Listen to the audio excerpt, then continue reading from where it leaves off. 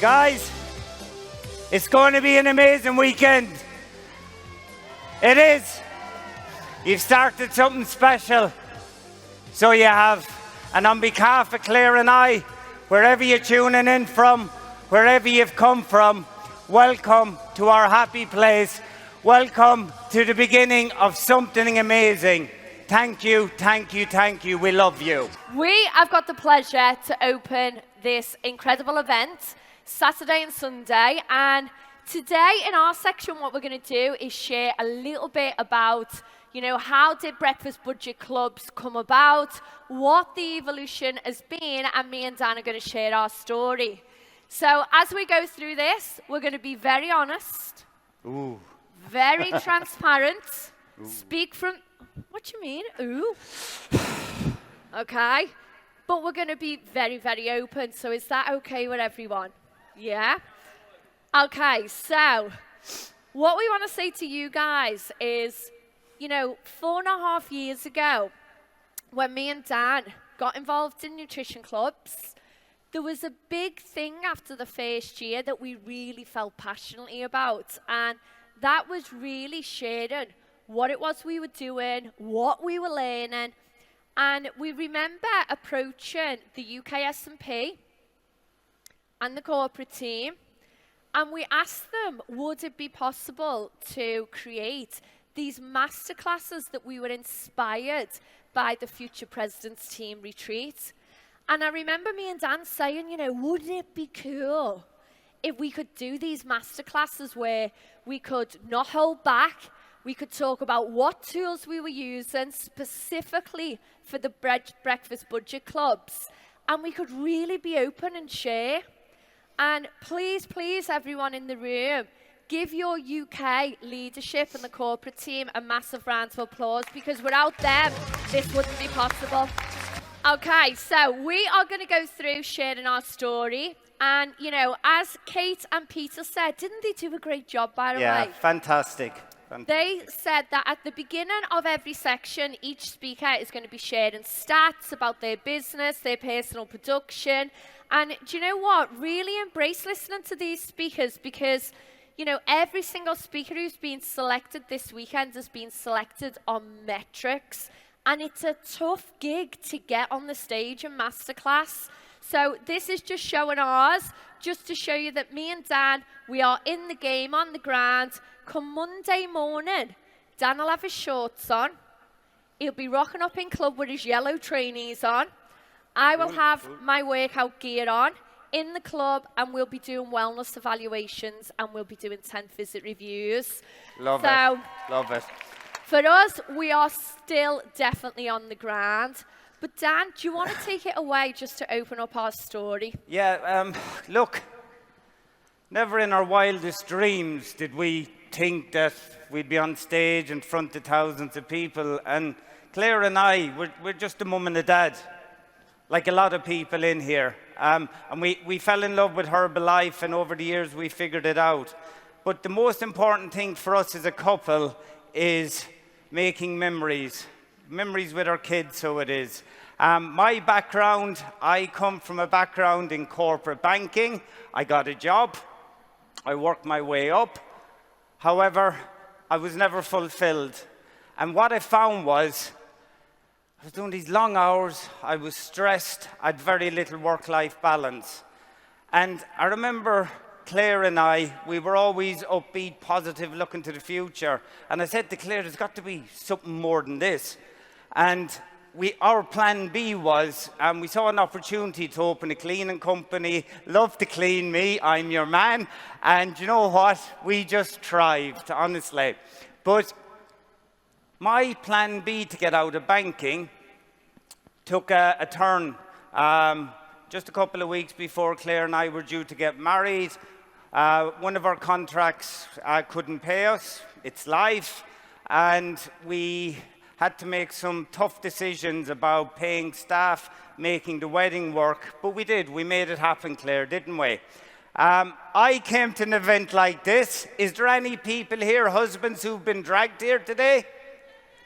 Oh, I hear you guys. Look at me now up here. Oh my God. So I came to an event, it was in Windsor, and it was like, I don't know what it was like. It was weird, actually.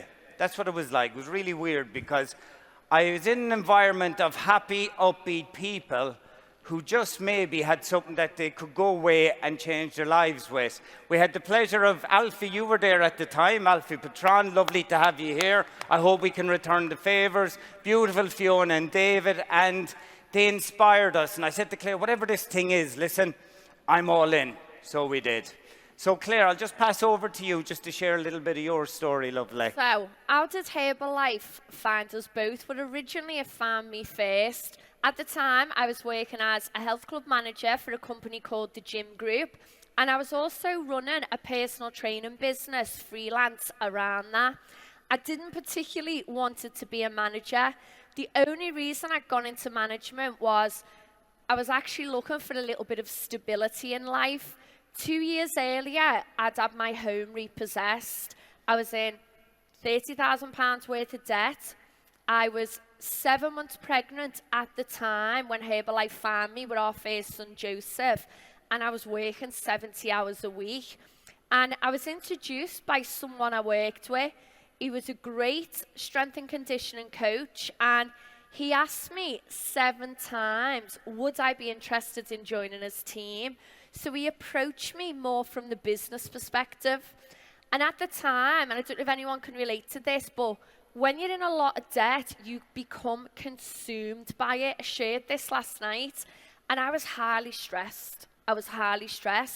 So when he was asking me about starting this new business, I just couldn't see how I would mentally and physically make that happen.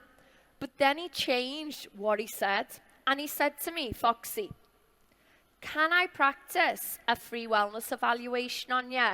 Because I'm training to become a wellness coach. And I was like, of course you can. I'm your friend, of course. And it was only when I sat in that everything changed for me, because I seen the fact that it was backed by science, you know, the customer support that people got. And I thought, yeah, this is something that I need. I was lacking energy. I was skipping breakfast. And that was the door opening for me. I then went to my first event, and it was in an arena in Barcelona with 18,000 people. I waddled in because I was 7 months pregnant. Well, I was actually yet 7 months pregnant. And I remember being in that arena, and I didn't really get it. Like, I didn't. And I remember sitting next to Wayno, and I was going to Wayno, I don't really get what this is, and I don't know how you get paid, but I'm in. And I remember thinking, I'm a hard worker. Like, I'm not frightened of hard graft. I'm not frightened of going, okay, can you show me what to do? I want to learn from this. And I thought, if I can apply that to Herbalife, then maybe I can earn an extra £200 a month to pay some debt off. That was me. When me and Dan joined together, what happened with the cleaning company, and we said, let's do this as a couple, our business exploded. We were really excited. We got to the millionaire team within 2 years. But we lacked, when I look back now, so many things. We lacked a pathway, how we move people from customer to supervisor. We had no clear way of working. And we also were losing people all the time. So we bring people in, lose them, whether it was customers, whether it was team members. And we had no structure. And as the business from Mill Team, and we'd gone full time at this point, went up, we left our jobs, it started to come down. And I remember we spent a long time absolutely broken. And we just want to say for people in the room, to Nick, to Violetta, to Matt Elliott, to Justin, Carol Sinfield, you never, ever gave up on us. Never. Thank you, Vi. And God, we always say go to the events, and I think the events are special. And Claire said, listen, we've qualified for an event in Seville. We both couldn't afford to go. I'll be honest with you, we couldn't afford not to go, but we couldn't afford to go. So we made Claire went, she made it happen. she sat there, and it was a worst nightmare because, do you remember, Carl, you booked the wrong hotel, you had to get a train, and we'd no money, and thank God Carl sorted Claire's train fares out and everything, because that's what we do for friends, isn't it? And, no, thank you, Carl. We're just being honest here, guys, I don't know where you are. And Claire went to this event, and she saw the beautiful Radhika stand up about building a business with growth and sustainability. And she came back all excited. But I remember Claire got in a situation where she rang me. She said, Dan, I need money for whatever. I don't know what happened, Claire. We had to pay something or something happened. When we were in Seville and we landed in the wrong airport for this event, Harrelson Field, I was where, we had to get a train. And I had no money. No money in the bank. I don't know if anyone's ever related to that. And I remember ringing Dan from, the wrong city we were in. And I was crying on the phone. And Carol was outside the toilets. And I was like, Dan, I need £100 to get a train ticket. I'm stuck in the airport with Carol. We're in the wrong airport. Yeah. And I remember Dan saying, oh, I'm going to get upset. He was like, I don't have the money. And I remember Claire saying, I said to Claire, you're going to have to ring your brother John. And John bailed us out. But here we are, millionaire team, no check. Christ, it's not good, is it? I just felt deflated. But anyway, Claire came home, and I've never seen her so excited, so I haven't. She said, Dan, we're going to look at opening a nutrition club. And I said, no, we're not. I mean to say that's a crazy idea. They're all getting up at 6 o'clock in the morning. And I said, Jesus, you're really selling me the dream here. Okay? And I'm going to Ireland. And I said, I didn't know what to say. And I'll tell you why. Because I was so scared. I was really scared. Because I said to Claire, I said, this could be our last roll of the dice in Herbalife. Because if we don't find something that fits, that suits both of us as a couple, I don't know, our dream was gone. And Claire went to Ireland, and she met the beautiful crew back home, Paul, Orly, Sinead, all our buddies. Thank you so much, we love you.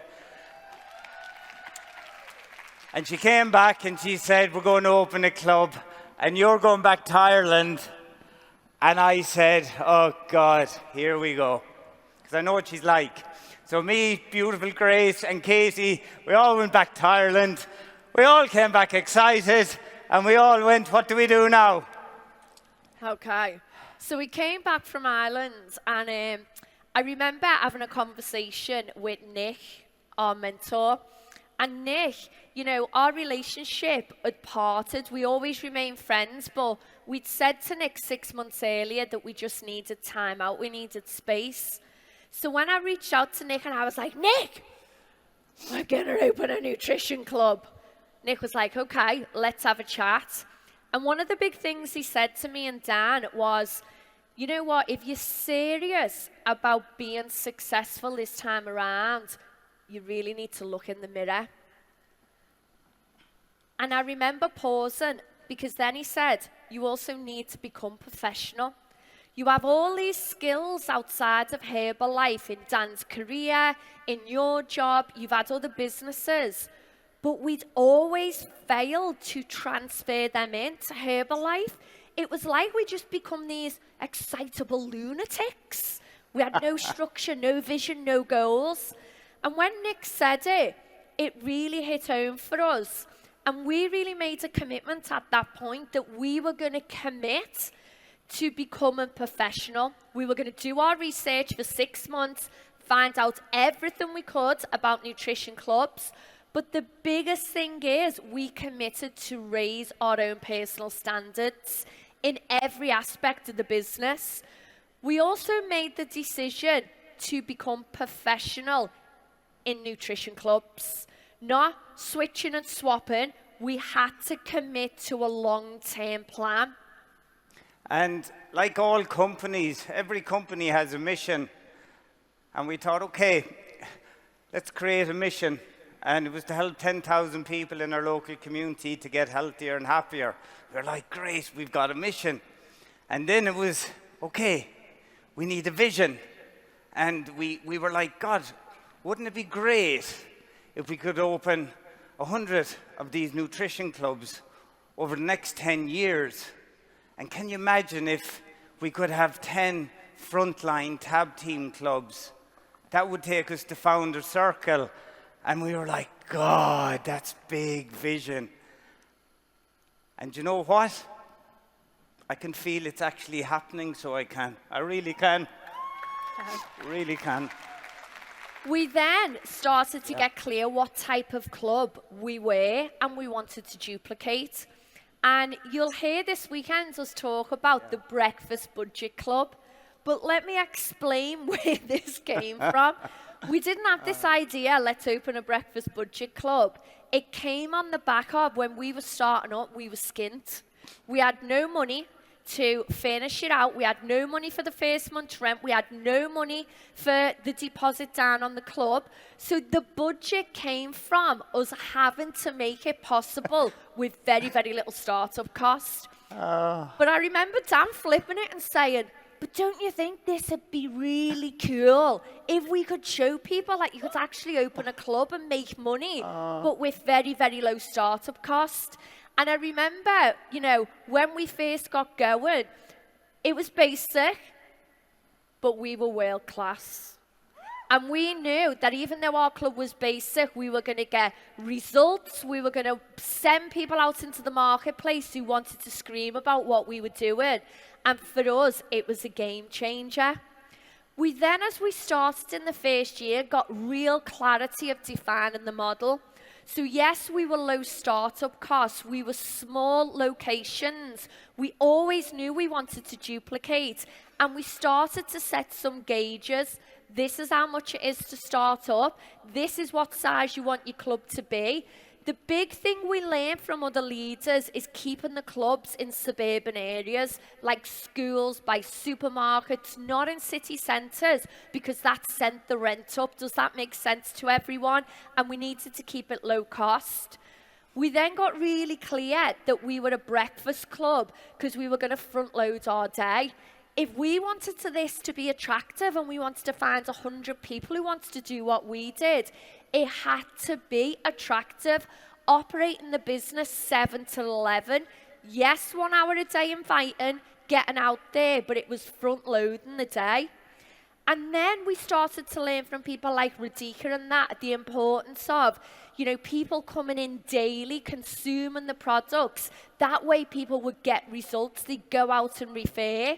And we always knew we wanted to build a business that had growth and sustainability.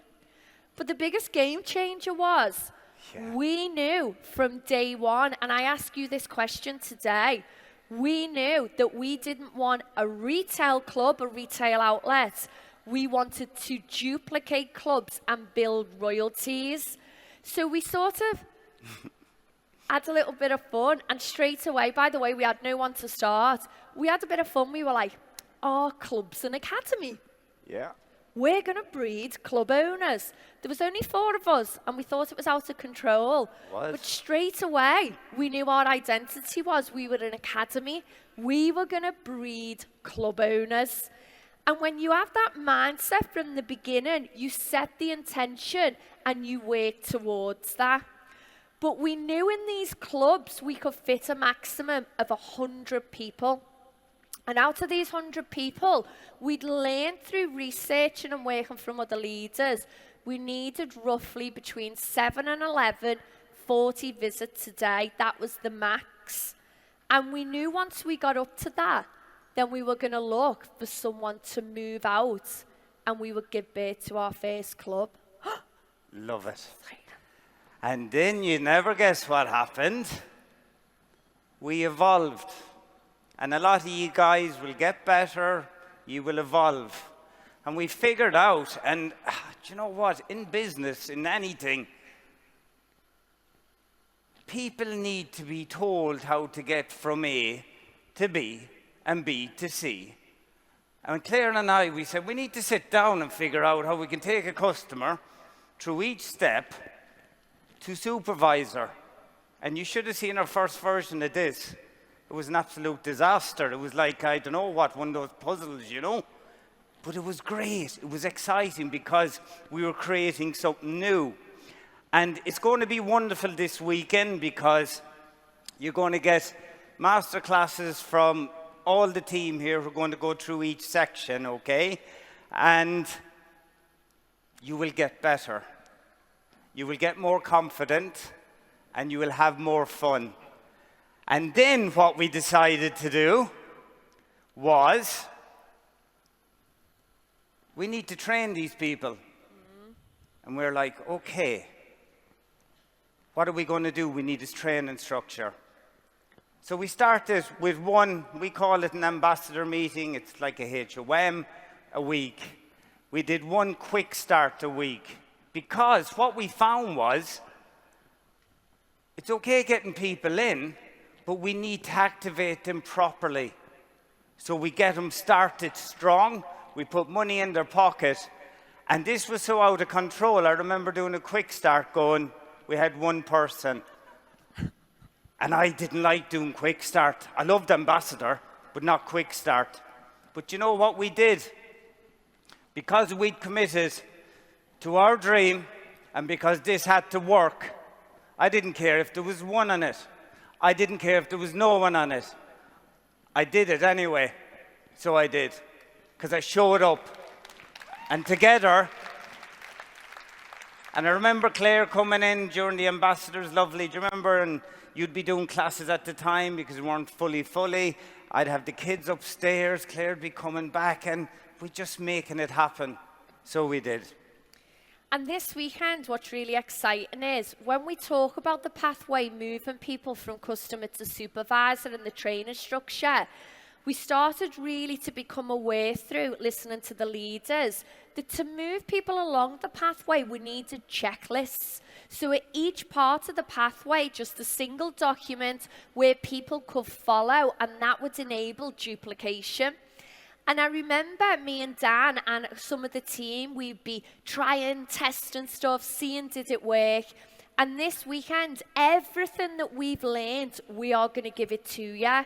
If there's anything you hear on stage and you go, I need that, or where do I get that document? Remember, it's going to be released to the market on Monday. Is everyone okay with that?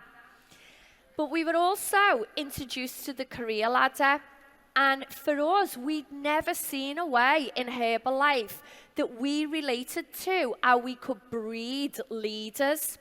But when we were introduced to the career ladder, we actually seen that this was a way where we could bring club members in. Out of those club members, find our trainee coaches who wants to earn part-time or full-time income. Out of them trainee coaches, look for people who wanted to go on to become a junior partner, a club owner in the making, with a progression to be one of our club owners. But we knew it was going to take time. But in order to find those people, we had to focus on filling the funnel. We had to focus on personal production. Me and Dan being out there into the marketplace and bringing through 5 new people a week. Because how can you find a club owner if you're not putting new people in the front end? And this was everything we focused on.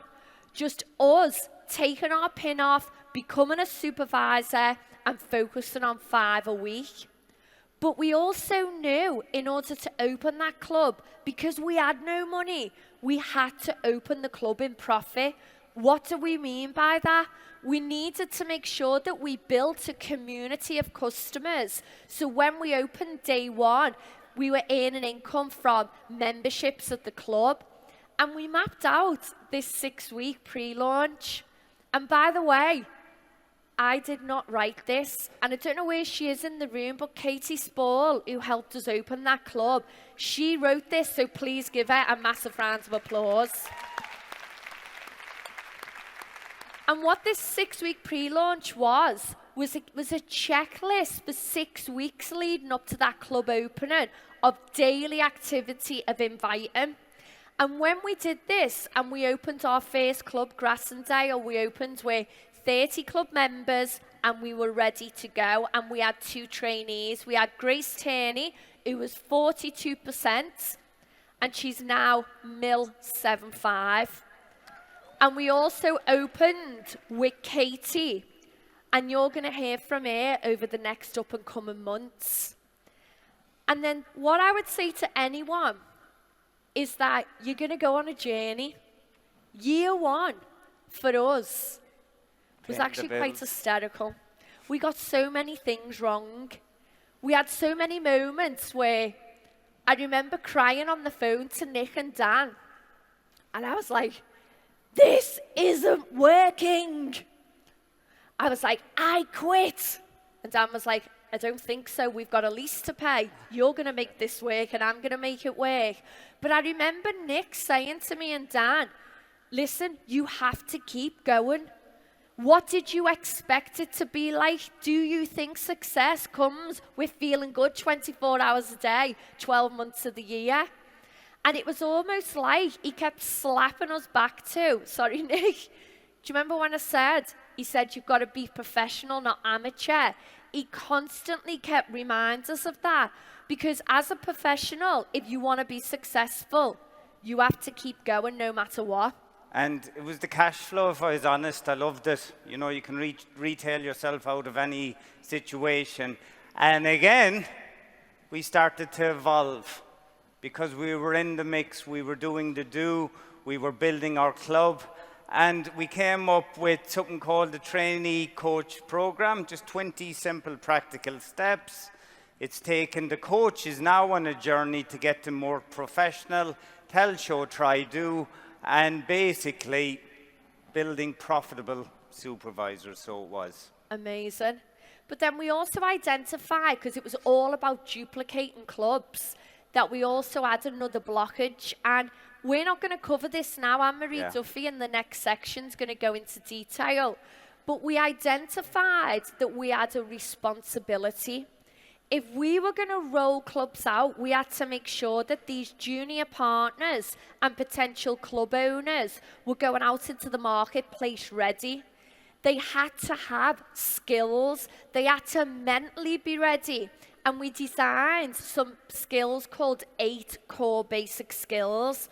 And these were for people who were these mini club owners. And we designed it, called it a mentorship program. And this was a game changer for us because we always knew we wanted to duplicate, but we wanted to make sure that we did it in a professional way. And then, sorry, Dan. No, keep going, you're doing great. Then we started, and I'm really on a roll now, aren't I? You'll have to like hook me in.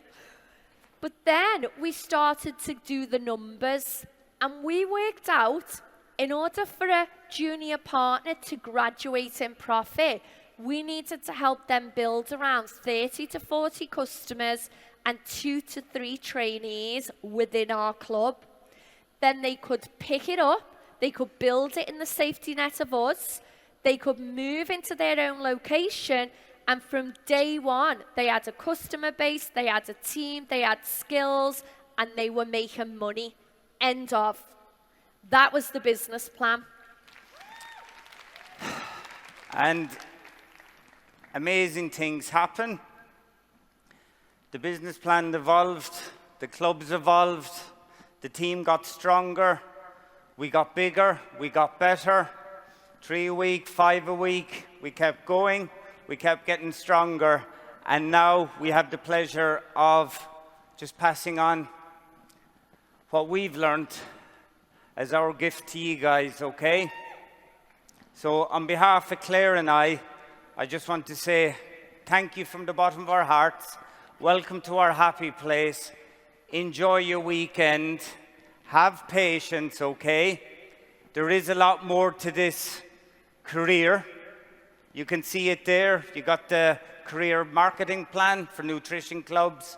But what will happen is, if you move to the next slide, Claire, is the magic will happen. You will absolutely love impacting, empowering, and seeing people change in front of you, just like all the people in this room, okay? So, our top tips. Okay, are we ready for this? We're going to close this section, but these are our top tips for you. Look for club owners. Look for people to join the mission. For us, we knew that from day one. The second thing is you've got to commit to 3 to 5 years of learning. You have to become professional in this. Don't get distracted. Stay true to the model. Stay true to yourself. And the only thing you can control is your own inviting. How many new people you're bringing in a week. For us, it was 5 a week. And this weekend, we're going to show you how to do that through referrals. Don't stray from the pathway. If you want to be successful, you follow that pathway. There's no shortcuts. You can't miss anything out. It's about moving people and creating supervisors. And use the career ladders in your clubs. If you haven't got that up in your clubs, put it up and use it as a way to move people through and identify people who want to get more involved. And then the last thing is, and this is a message from me and Dan to close, you won't learn everything this weekend. This is a practical model and a personal development journey. So this weekend, we want you to listen. Listen to the speakers and identify where have you got gaps in your business. Then Monday morning, go back into your clubs and put stuff into action. And you've got 90 days to work on that until our UK 40th event, where we will have another mini masterclass. So you have to be all in. If you want to be professional, you have to commit. And the biggest thing is, build it with your heart. We're all human, and we want you to know that me and Dan have got your back. Guys, thank you so much. Back to your MCs.